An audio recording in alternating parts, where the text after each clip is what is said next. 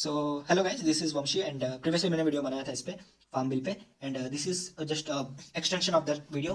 तो चलिए स्टार्ट करते हैं। पहले मैं कॉन्ट्रैक्ट फार्मिंग थोड़ा सा बता देता हूँ क्या है।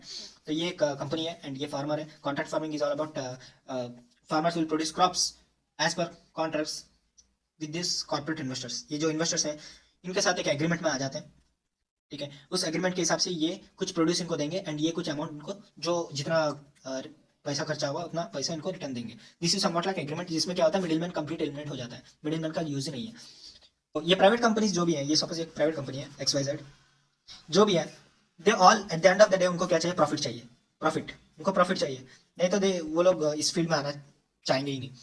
तो स्टार्टिंग ये कुछ अच्छे प्राइस दे सकते हैं फार्मर्स को, कुछ अच्छे कॉन्ट्रैक्ट्स ऑफर कर सकते हैं, बट टाइम के चलते चलते अगर इनका कॉन्ट्रैक्ट इतना सेटिस्फाइंग नहीं होगा फार्मर्स को, देन फार्मर्स के पास और कोई ऑप्शन नहीं रहा कि एट द सेम उनको मतलब they are bound to agree with this contracts. तो यही एक छोटा सा डर है जिनके लिए वो फार्मर्स प्रोटेस्ट कर रहे हैं। It's one of the prime reason. ठीक है, एंड ये हुआ हम लोग का पहला बिल, जो कि हम लोग का the farmers empowerment and protection agreement on price assurance and farm services bill 2020, जिसको इन शॉर्ट कॉन्ट्रैक्ट फार्मिंग भी बोलते हैं। तो second law farming produce trade and commerce, जिसको बोलते हैं प्रमोशन एंड फैसिलिटेशन। तो इसको जानने के पहले हम स्टेट्स को जानते हैं इनकम लेवल के हिसाब से। Low income level and high income level. High income level मतलब रिच स्टेट्स बोलते हैं, जिसको महाराष्ट्र एक है, तमिलनाडु एक है।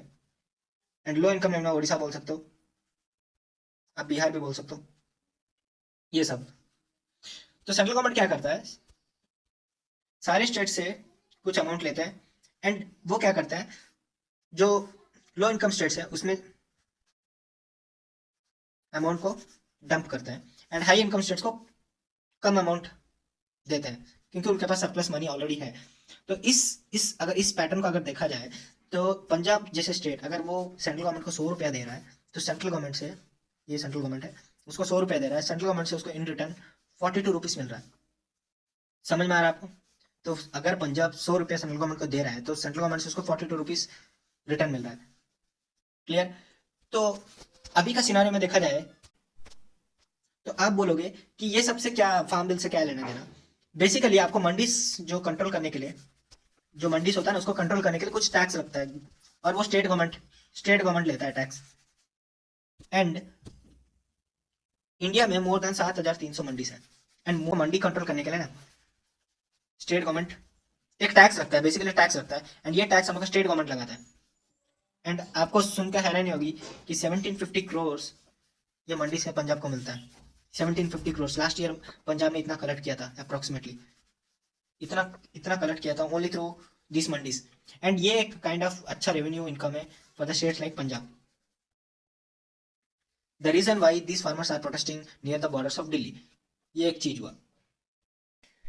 तो बेसिकली ये लोग का बोलना ये है कि अगर कल सुबह प्राइवेटाइजेशन के चलते, privatisation in the sense contract farming, अगर इसके चलते फार्मर्स डायरेक्टली कंपनीज के साथ, ठीक है, कंपनीज के साथ टाई अप करते हैं, तो they won't be coming to mandis, mandis को नहीं आएंगे।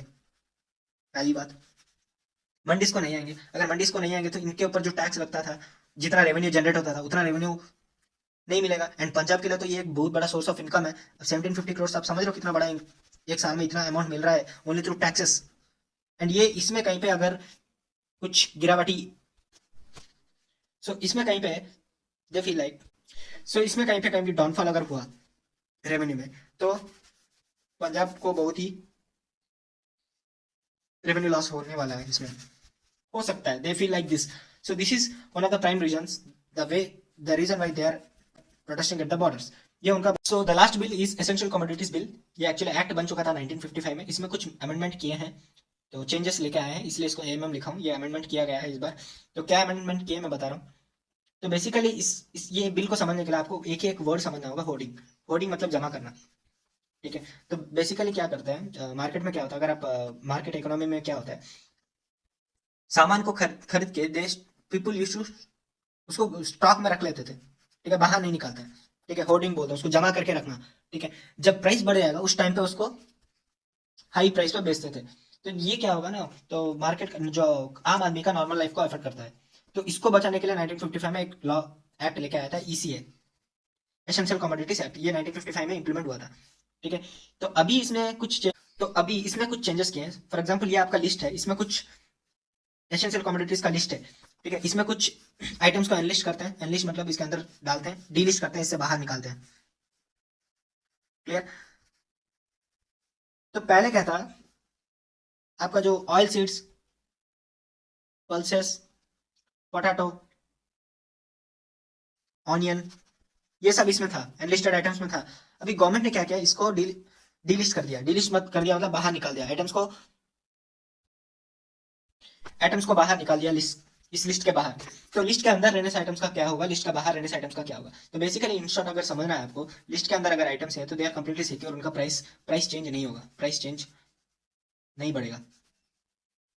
एंड लिस्ट के बाहर आ जाएगा तो दे आर फ्री, कि कंप्लीटली फ्री, मतलब उसके ऊपर कुछ भी प्राइस कैप आप लगा सकते हो। मतलब ये लिस्ट, तो ये रिमूव करने से क्या फर्क पड़ता है मैं बता रहा हूँ। तो फार्म लीडर्स का कहना है कि ये जानबूझ के रिमूव किया गया इस लिस्ट से, ये आइटम्स को बाहर डीलिस्ट इसलिए किया गया है ताकि ये कुछ प्राइवेट कंपनीज को फेवर कर सके।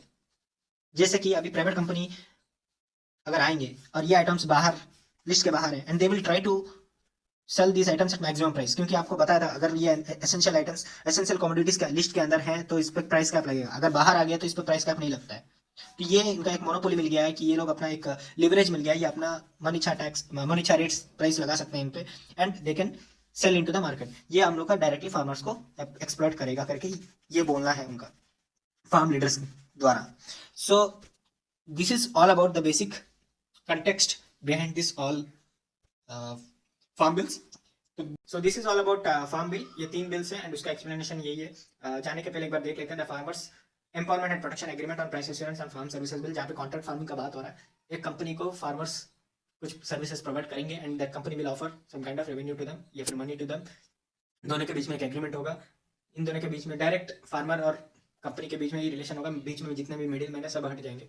तो सेकंड वन आपका farming produce trade and commerce, ये आपको बताया था एपीएमसी जो मंडी सिस्टम जो कि ऑब्सोल्यूट हो चुका है, उसमें कुछ चेंजेस नहीं आए पिछले 20-30 साल से, तो उसमें चेंजेस लाने के लिए इंट्रोड्यूस किया गया है, जो कि जिसमें farmers of one state can go to other state and they can sell their farm goods, farm produce there also.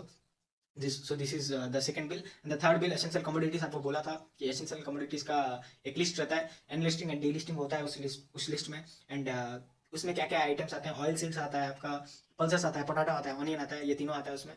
And enlist होने से it gives a protection to that item, उसका इतना प्राइस चेंज नहीं होगा। अगर वो item analyst से delist हो गया, मतलब वो एसेंशियल कमोडिटीज लिस्ट से बाहर आ गया, देन उसमें कुछ प्राइस चेंजेस हो सकते हैं। तो this is what the bill is. So guys, video अच्छा लगा तो कमेंट सेक्शन में आप अपना ओपिनियन डाल सकते हो। Until then take care, bye bye, this is Vanshi signing of.